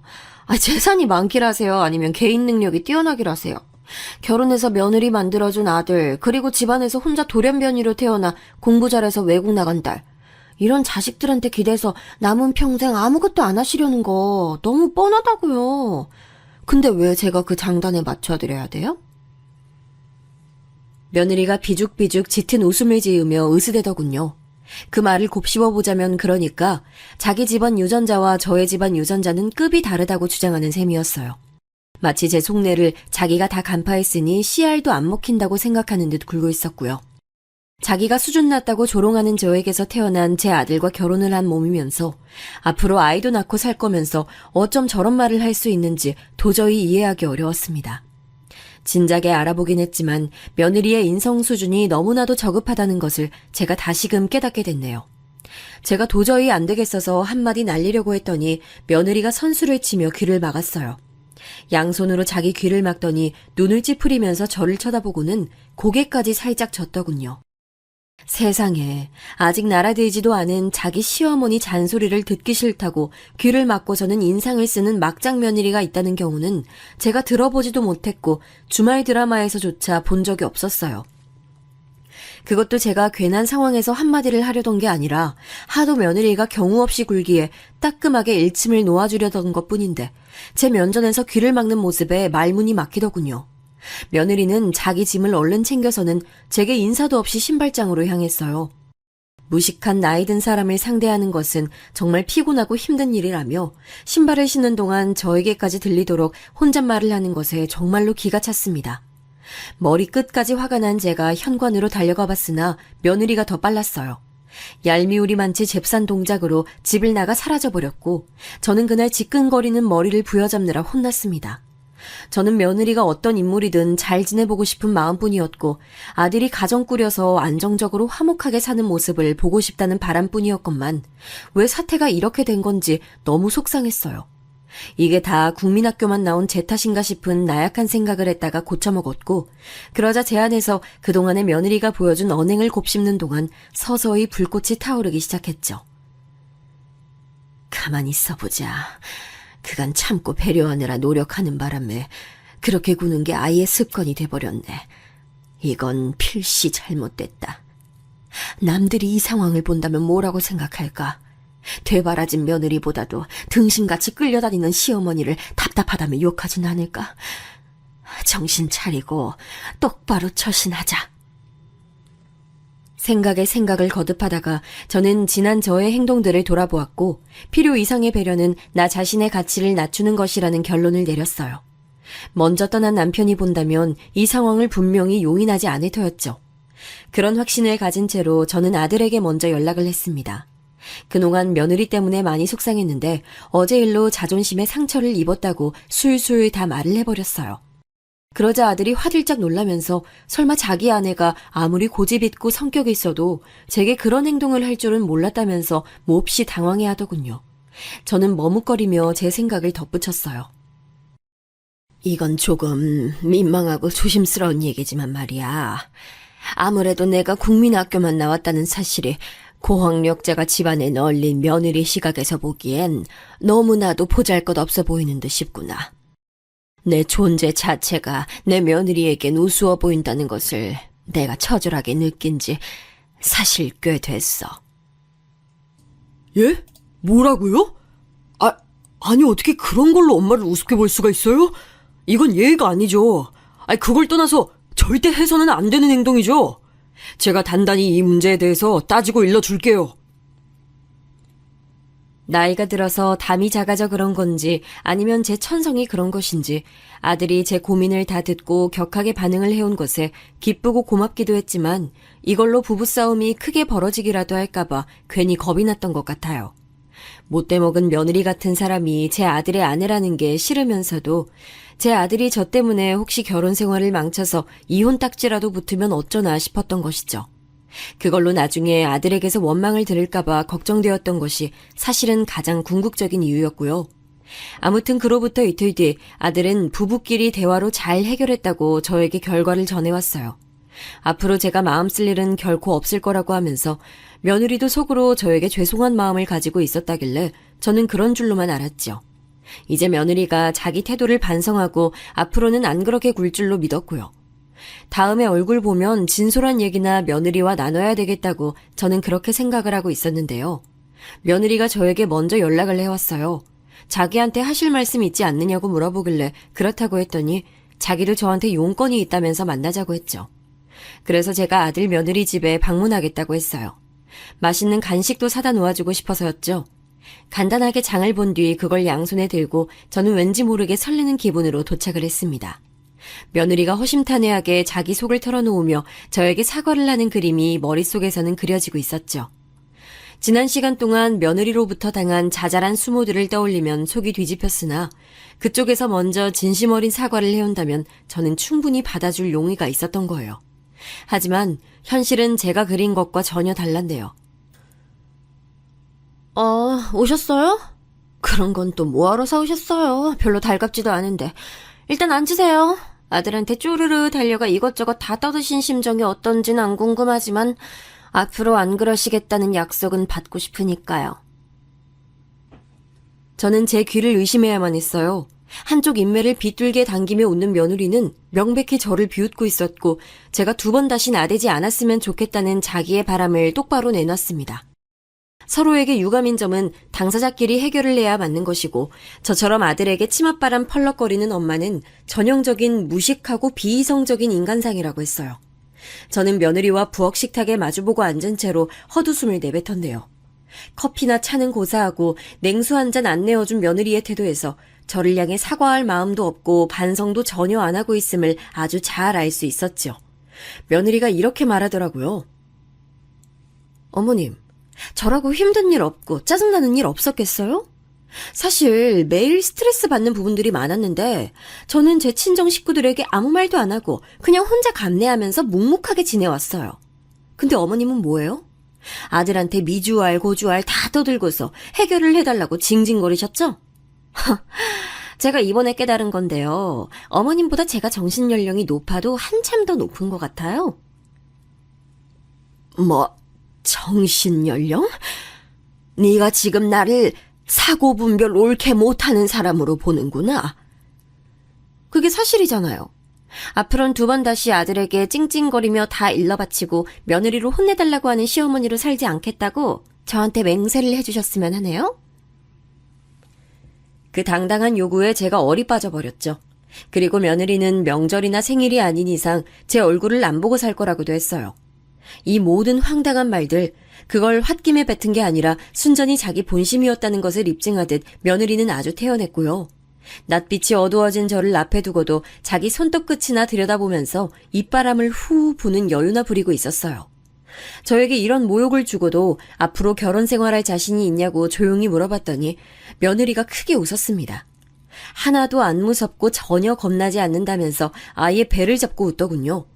아둔한 저를 닮아서 어딘가 약삭 바르지 못한 제 아들을 자기가 열심히 조종하면서 잘 살아보겠다는 며느리의 말까지 듣고서는 저 역시도 웃어버렸네요. 일부러 그런 게 아니라 정말로 제 안에 깊숙한 곳으로부터 웃음이 막 튀어나왔어요. 아마 하늘에 있는 제 남편도 이 모든 상황을 지켜보다가 딱 이 찰나에 웃음을 터뜨렸지 않을까 싶었네요. 내가 아주 재밌는 인물을 내 며느리로 들인 거였구나. 내가 지금까지 너한테 잘해주려고 이왕이면 시집 온 김에 행복하고 즐겁게 살았으면 하는 바람으로 널 전적으로 배려해주려 노력한 내 자신이 후회가 되는 참이네. 그러지 말고 정신에 곱비 풀린 네 수준에 맞춰서 놀았다면 아주 흥미로운 고부관계가 됐을 텐데 너무 재미없게 지낸 것 같네. 그간 내가 대충 남겨주니까 네가 끝도 없이 기어올라도 되는 줄 알고 이 지경으로 까부는 걸 보니 이건 내 잘못이렸다.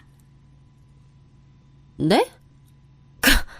갑자기 뭔 뚱딴지 같은 말씀을 하세요. 어머님께서 이렇게 나오신다고 해서 제가 사과라도 넙죽 들을 줄 아셨나요? 어머님께서 본인 잘못이라고 여기신다면 안 말릴게요. 네, 모두 다 어머님 잘못으로 하세요. 며느리가 조금 당황한 얼굴로 그러나 입에는 여전히 싸가지를 상실한 채로 나불거리는 동안에도 저는 피식 웃어대고 있었어요. 저희 아들이 예전에 한창 방황하고 다닐 때 그것이 저는 부모의 탓이라고 여겼듯 며느리가 누울 자리를 보고 발을 뻗게 만든 저의 안일함이 잘못 같았습니다. 하지만 이제 모든 것을 바로잡을 때였죠.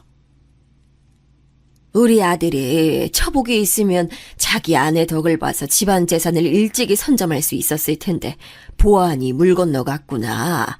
이제야 뒤늦게 정신 차리고 살고 있으면 뭘 하겠노. 이렇게까지 처복이 없어서야. 우리 아들 녀석 팔자겠지 이것도. 난 먼저 떠난 우리 집 바깥 양반하고 굳세 맹세한 것이 있으니까 절대 너 같은 아내를 둔 우리 아들에겐 돈 주지 않을 테야. 정신 차리지 않는 자식에겐 돈 안 주기로 했거든? 그러니 너도 그런 줄 알아라. 참나, 어머님, 도대체 뭔 돈이 있으시다고 그러세요? 어디 뭐 몇 천만 원 따로 꽁쳐두신 재산이라도 있으신가 봐요? 그런데 이렇게 센 척하면서 폼 잡으시는 것도 제 눈에는 딱 국민학교만 나온 사람의 머리에서 계산될 만한 행동으로 보이고요. 살짝 귀엽게 느껴지네요. 대단히 애를 쓰십니다, 어머님. 네가 아주 끝도 모르고 설치는데 어디서 어른 공경할 줄도 모르고 이따위로 구는 거니.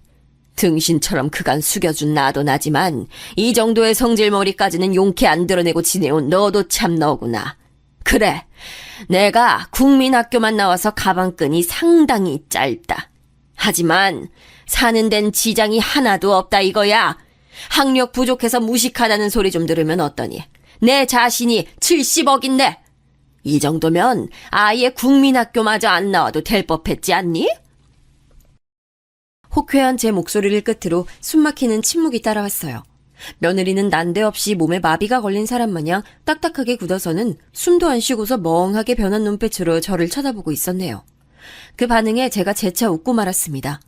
자기 시어머니는 자기 남편의 모친인데 그런 어른에게 기본적인 예의도 지킬 줄 모르고 학력으로 사람을 멋대로 평가하며 계급을 낮잡아본 며느리 같은 천하의 아나무인도 거액의 숫자 앞에서는 얼음이 돼버린다는 것이 우습기도 하고 속이 시원하기도 했고 한편으론 다 부질없구나 라는 상념이 함께 들었대요. 며느리가 몸을 떨면서 힘겹게 입을 열었어요. 어머님, 제가 잘못 들은 줄 알고 지금 한참 고민했어요. 얼마라고요? 몇 억이요? 70억이요? 에이, 그건 말도 안 되죠. 전 그런 엄청난 재산 얘기 아예 듣지도 못했어요. 그 정도의 재산이 있으시다고 보기엔 사는 수준이 평범하시잖아요. 그러니까 방금은 허세 떨어보신 거죠, 그쵸? 왜? 내가 정말로 그 돈이 있을까봐 갑자기 심장이 벌렁벌렁거리든? 근데 어쩌나? 그 돈 진짜 있는데. 우리 부부는 원체 과시욕이 없었던 데다가 장남이라고 있는 아들 녀석이 자꾸만 엇나가 버릇을 하니까 그 돈 안 꺼내 보이고 살았을 뿐이야. 건물이고 땅이고 세상 천지에 자랑하며 내볼 것 투성이로 가지고 있지만 그러는 법 없이 사는 사람들도 있어. 그게 바로 네가 시집 온 우리 집안이고.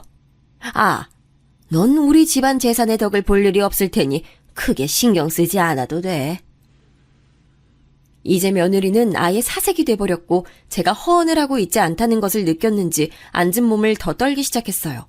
그러더니 정신이 완전히 나가버린 표정으로 어쩐지 생활비를 전혀 안 받으시는데도 사시는데 문제가 없는 것이 이상하다고 생각해왔다는 말을 계속 혼자 쭝얼쭝얼거리더니 갑자기 고개를 번쩍 치켜들면서 이렇게 외쳤어요. 어머님, 제가 잘못했습니다. 하지만 하나뿐인 아들에게는 돈을 주셔야 하는 거 아시죠? 네? 집안의 장남이고 기둥이잖아요. 부모의 재산은 자식에게 가도록 돼 있어요. 주기 싫다고 우기시면 어떡해요? 당연히 재산 주셔야 하고 저는 어머님 아들의 배우자로서 현명하게 그 재산 함께 활용할 수 있도록 노력할게요. 지난 일들은 다 잊고 어머님이나 저나 앞으로 잘 지내면 될 일이에요. 제가 달라질 거고 어머님께 효도하는 며느리가 될 테니까 부디 두고 봐주세요. 이딴 것도 사과라고 할 수 있을까요?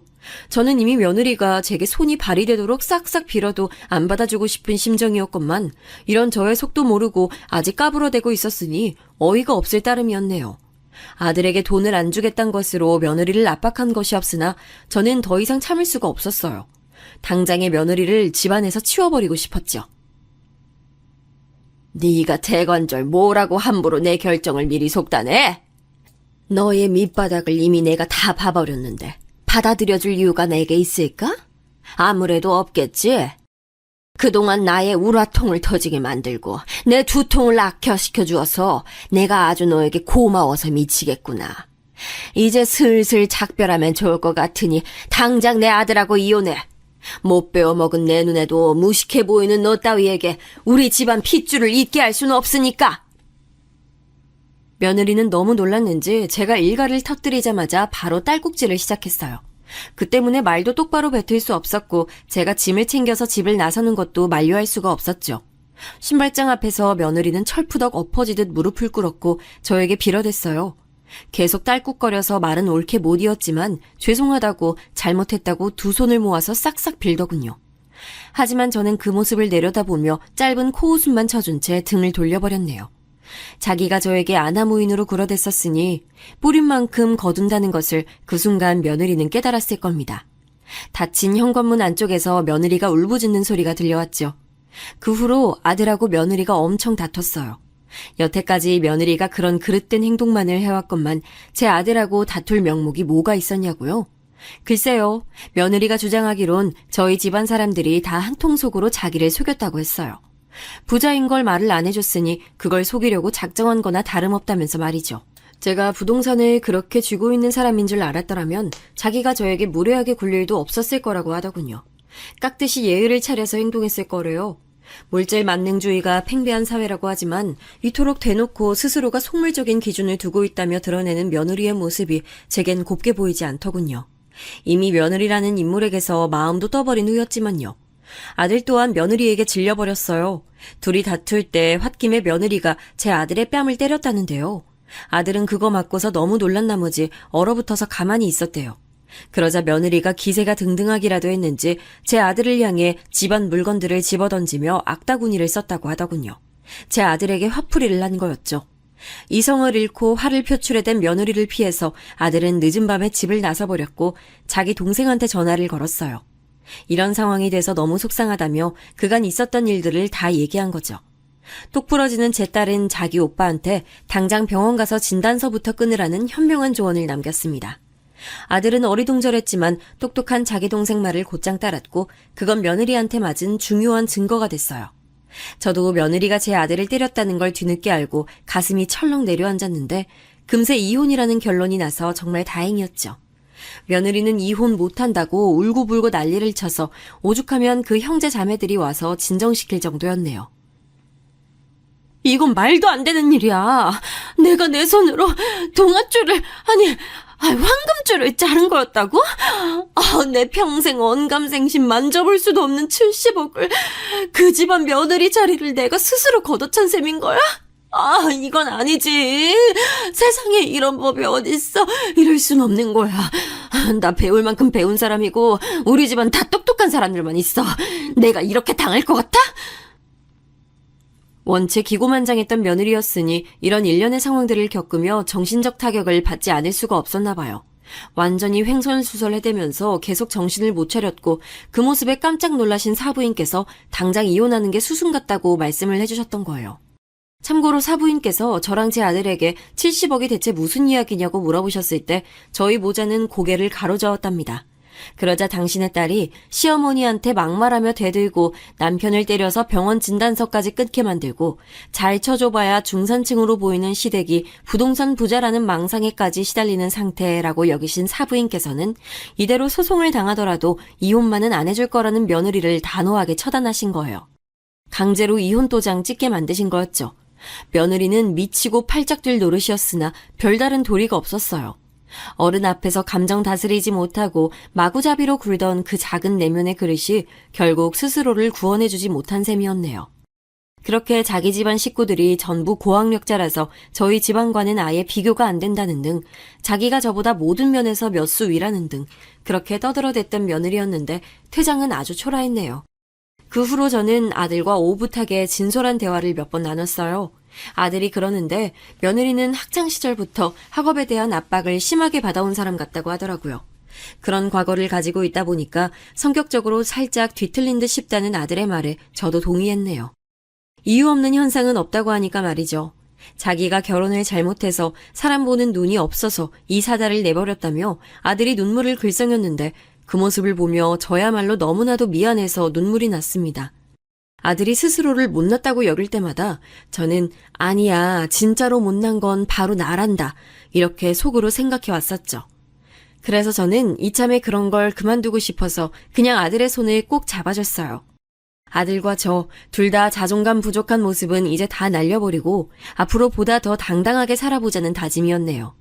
그 후로 딸은 외국살이를 그만두고 귀국이라는 선택을 해서 저를 안심시켜줬고요.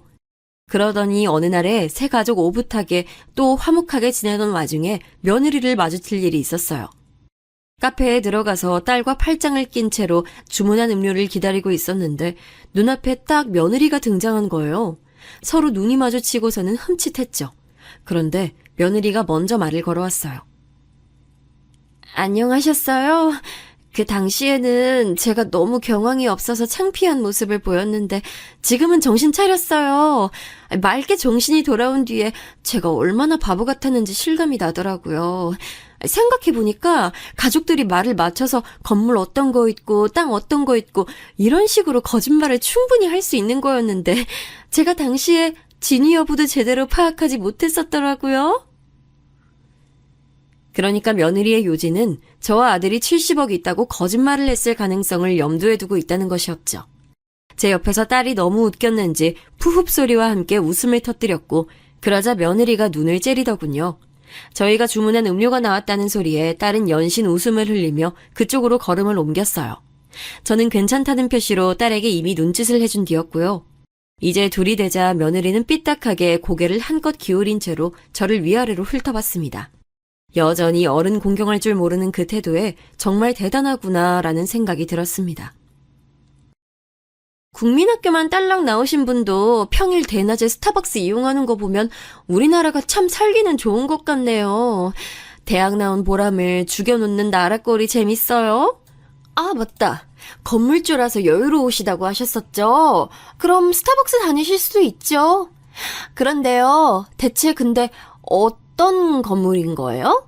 여기처럼 번지르르한 대형 빌딩에 1층에 스타벅스 입점해 있고 이런 것까지는 아니더라도 그럴싸한 건물이니까 저한테 유세 부린 거 맞죠?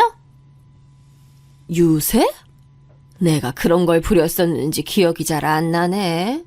나이가 드니 자꾸 깜빡깜빡해서 말이야. 그래도 바로 여기 이 건물이 내 소유라는 것쯤은 똑똑히 기억하고 살아. 그럼 커피 잘 마시고 가렴. 기왕이면 건물 구경도 더 하다 가고. 그때 마침 제가 그쪽을 쳐다보자 저와 눈이 마주친 스타벅스 직원들이 저희 모녀를 향해 일제히 목례를 보내왔어요. 음료를 받아든 제 딸은 배시시 웃고 있었고요. 그러자 상황 파악을 마쳤는지 며느리가 다리에 힘이 풀려서 바닥에 털썩 주저앉고 말았죠. 안색은 삽시간에 창백해진 채였고요. 이럴 수가. 아니 갑자기 이게 무슨 일이야. 여기가 어머님 건물이라고요? 진짜로 이 건물이 어머님 소유라고요? 정말이라고요? 그 애달픈 절규를 들으며 저는 남이 된 마당인데 어머님은 무슨 어머님이냐는 표정으로 쳐다봐 줬더니 안색이 더욱더 사색으로 변하더군요. 며느리, 아니 그 아가씨는 고개를 연신 흔들면서 이건 말도 안 된다며 중얼거렸고 저랑 딸은 그대로 내버려둔 채 가벼운 발걸음으로 매장을 빠져나갔어요. 바로 앞 도로에는 잠시 정차해둔 차 한 대가 있었고 저희 모녀가 가까이 다가가자 운전석에서 아들이 내렸어요. 씩 웃으면서 저 타라고 센스 있게 차 뒷문을 열어주던 아들이 갑자기 어딘가를 보고는 멈칫했죠. 저와 딸이 고개를 그쪽으로 돌려봤더니 통유리로 돼 있는 스타벅스에서 그 아가씨가 창에 딱 붙어서 저희 쪽을 보고 있었어요. 마치 귀신이라도 본 것처럼 창백하게 질려있는 표정으로 말이죠. 어쩌다 마주쳤다고 알려줬더니 아들이 한숨 쉬며 고개를 저었죠.